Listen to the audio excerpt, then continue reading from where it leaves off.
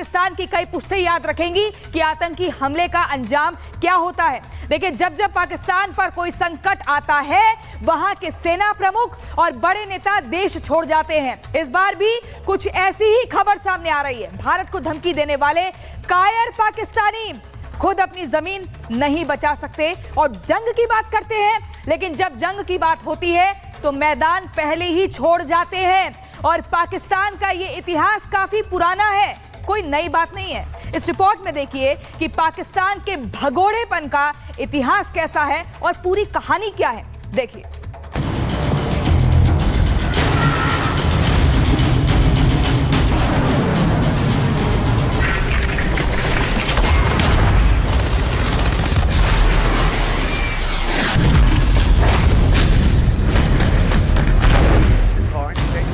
जिहादी जंग का ऐलान करने वाला, जुबानी तकरीर से हिंदुस्तान को आंख दिखाने वाला पाकिस्तान सेना का जल्लाद जनरल आसिफ मुनीर तो गीदड़ निकला, कायर और मौका परस्त निकला। पाकिस्तान परमाणु बम की धमकी दे रहा है, भारत को मिटाने की बात कर रहा है, लेकिन पाकिस्तान आवाम किसका भरोसा करे। ऐसा इसलिए क्योंकि परमाणु बम की बात करने वाला पाकिस्तान शायद ये भूल गया है कि भारत के पास उससे कहीं ज्यादा परमाणु हथियार है। खबर पाकिस्तान से आई है, वो भी भगोड़े मुनीर के कांड से जुड़ी। दरअसल कल तक जो मुनीर भारत को जंग के लिए ललकार रहा था, एक एक पाकिस्तानी को अपना लहू बहाने के लिए उकसा रहा था, मगर जैसे ही भारत ने पलटवार की तैयारी शुरू की, मुनीर की हेकड़ी निकल गई। मुनीर का कलेजा बैठ गया और फौरन मुनीर ने अपने परिवार को पाकिस्तान से तड़ी पार करवा दिया। अब पाकिस्तान आवाम को शक है कि हर बार की तरह इस बार भी युद्ध तो छोड़िए, उनके नेता देश छोड़कर कहीं बाहर ना भाग जाएं। ऐसा इसलिए क्योंकि खबरों के मुताबिक अब पाक सेना प्रमुख मुनीर देश छोड़ने की तैयारी में, परिवार को मुनीर से पहले ही दूसरे देश में शिफ्ट कर दिया है। नेता हो या सेना, पाकिस्तान में जब जब ऐसी बात होती है, उनके हिमायती करने वाले ही देश छोड़ जाते हैं। इसमें सबसे बड़ा नाम था आर्मी चीफ, राष्ट्रपति, देशद्रोही और तानाशाह परवेज मुशर्रफ। मुशर्रफ पर लगे एक के बाद एक आरोपी पतन और मुल्क को छोड़ने की वजह बनी थी। दूसरा नाम है पाक के पूर्व राष्ट्रपति और सेनाध्यक्ष अयूब खान का। कश्मीर को हासिल करने में विफलता और मताधिकार प्रतिबंधों पर छात्र अशांति ने आंतरिक उथल पुथल को इतना बढ़ा दिया कि 1969 को अपने पद से इस्तीफा दे दिया और देश छोड़ना पड़ा। तीसरा नाम है नवाज शरीफ का, जिसे खुद पाकिस्तान की आतंक विरोधी अदालत ने भ्रष्टाचार के अपराध में दोषी करार दिया। माना जाता है कि उन्हें मौत की सजा देने की तैयारी कर ली गई थी, लेकिन शरीफ सऊदी अरब के जिद्दा शहर भाग गई थी।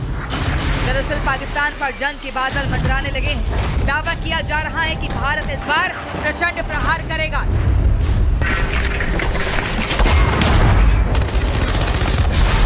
पाकिस्तान के कोने कोने को बारूद से दहला दिया जाएगा।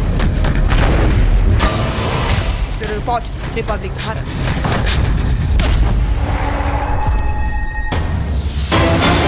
जम्मू कश्मीर में आतंकियों के खिलाफ ऑपरेशन तेज। अनंतनाग में सर्च अभियान चला रही पुलिस, सड़कों पर वाहनों की चेकिंग की जा रही है।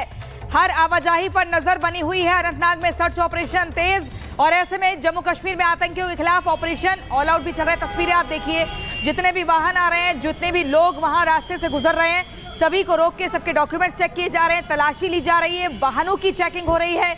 अनंतनाग में सर्च ऑपरेशन चला रही है पुलिस। देखिए, बैग भी उतार कर चेक किया जा रहा है ताकि जरा सी भी कहीं से भी कोई चूक ना हो पाए।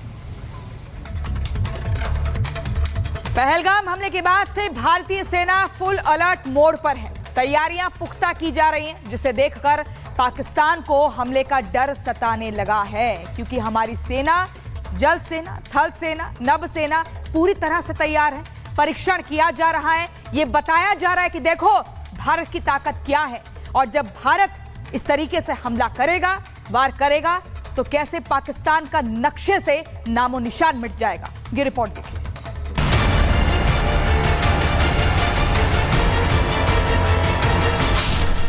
भारत तैयार, निकल आए हथियार।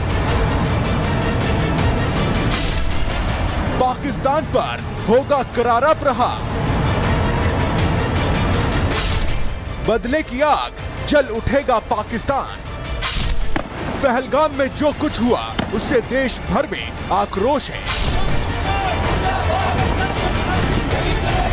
और एक ही मांग उठ रही है, वो है पाकिस्तान से बदला लेने की।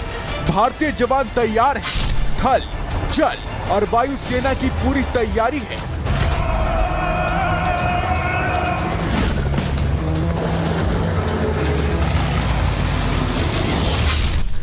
जो तस्वीरें सामने आ रही हैं, वो पाकिस्तान के दिल में डर पैदा करने के लिए काफी हैं।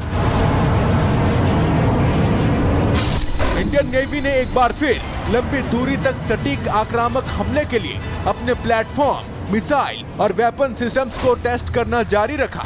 नौसेना ने एक बार फिर एंटी शिप फायरिंग टेस्ट को अंजाम दिया है। ये परीक्षण भारतीय नौसेना के लिए एक अहम कदम है, जो इंडियन नेवी की तैयारियों को दिखाता है। भारतीय नौसेना ने टेस्टिंग की जानकारी देते हुए कहा कि भारतीय नौसेना राष्ट्र के समुद्री हितों की रक्षा करने के लिए किसी भी समय, कहीं भी, किसी भी तरह से युद्ध के लिए तैयार है। ये सिर्फ संदेश नहीं है, बल्कि इसे भारत के दुश्मनों के लिए खुली धमकी माना जा रहा है।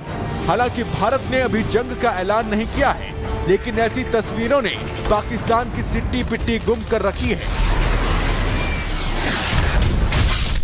जब जब देश पर बात आई है, पाकिस्तान ने आंखें दिखाने की कोशिश की है, तब तब भारत ने आतंक के आकाओं को माकूल जवाब दिया है। और ये सिर्फ तैयारी नहीं है, ये सिर्फ देश के वीर जवानों का पराक्रम नहीं है, बल्कि आतंक की फैक्ट्री पाकिस्तान को फाइनल अल्टीमेटम है कि अब आतंकिस्तान की कब्र खुदने वाली है। पहलगाम हमले के बाद से देश के जाबाज अलर्ट हैं, सीमा पर चौकसी बढ़ा दी गई है और कायर पाकिस्तान की हर हरकत पर कड़ी नजर रखी जा रही है। राजस्थान के जैसलमेर में भी भारत पाकिस्तान बॉर्डर पर हलचल तेज हो गई है। आला अधिकारी बॉर्डर पर हालात का जायजा ले रहे हैं। बीएसएफ के जवान इस समय किसी भी चुनौती का सामना करने के लिए हाई अलर्ट पर हैं। भारतीय सेना का आतंक और उसके समर्थकों के खिलाफ सख्त रुख ऐसे ही जारी रहेगा और अब इंतजार है उस वक्त का जब पाकिस्तान को उसके किए की सजा मिलेगी। Bureau report, Republic Bharat. Jammu Kashmir में आतंकियों के खिलाफ ऑपरेशन तेज हो चुका है। आतंकियों के घरों को जमींदोज किया जा रहा है और आईईडी से ब्लास्ट करके उनके घरों को उड़ाया जा रहा है। ये वही घर हैं जो इन आतंकियों का ठिकाना हुआ करते थे। आपको दिखाएंगे एक एक तस्वीर और बताएंगे कि कैसे सुरक्षा कर्मियों ने आईईडी का इस्तेमाल कर 10 आतंकियों के घरों को एकदम मलबे में तब्दील कर दिया है। लेकिन अब बारी है उन आतंकियों के खात्मे की जिन्होंने पहलगाम में निहत्थे लोगों की जिंदगी खत्म कर दी। पूरी खबर इस रिपोर्ट में देखिए।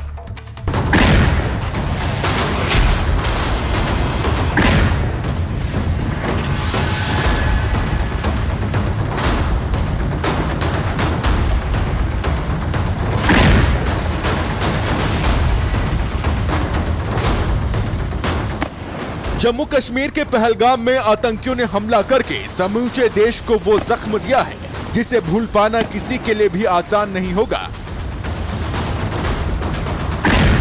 लेकिन अब हर एक जख्म का हिसाब लिया जाएगा, जिसके लिए जम्मू कश्मीर में धुआंधार एक्शन शुरू हो चुका है।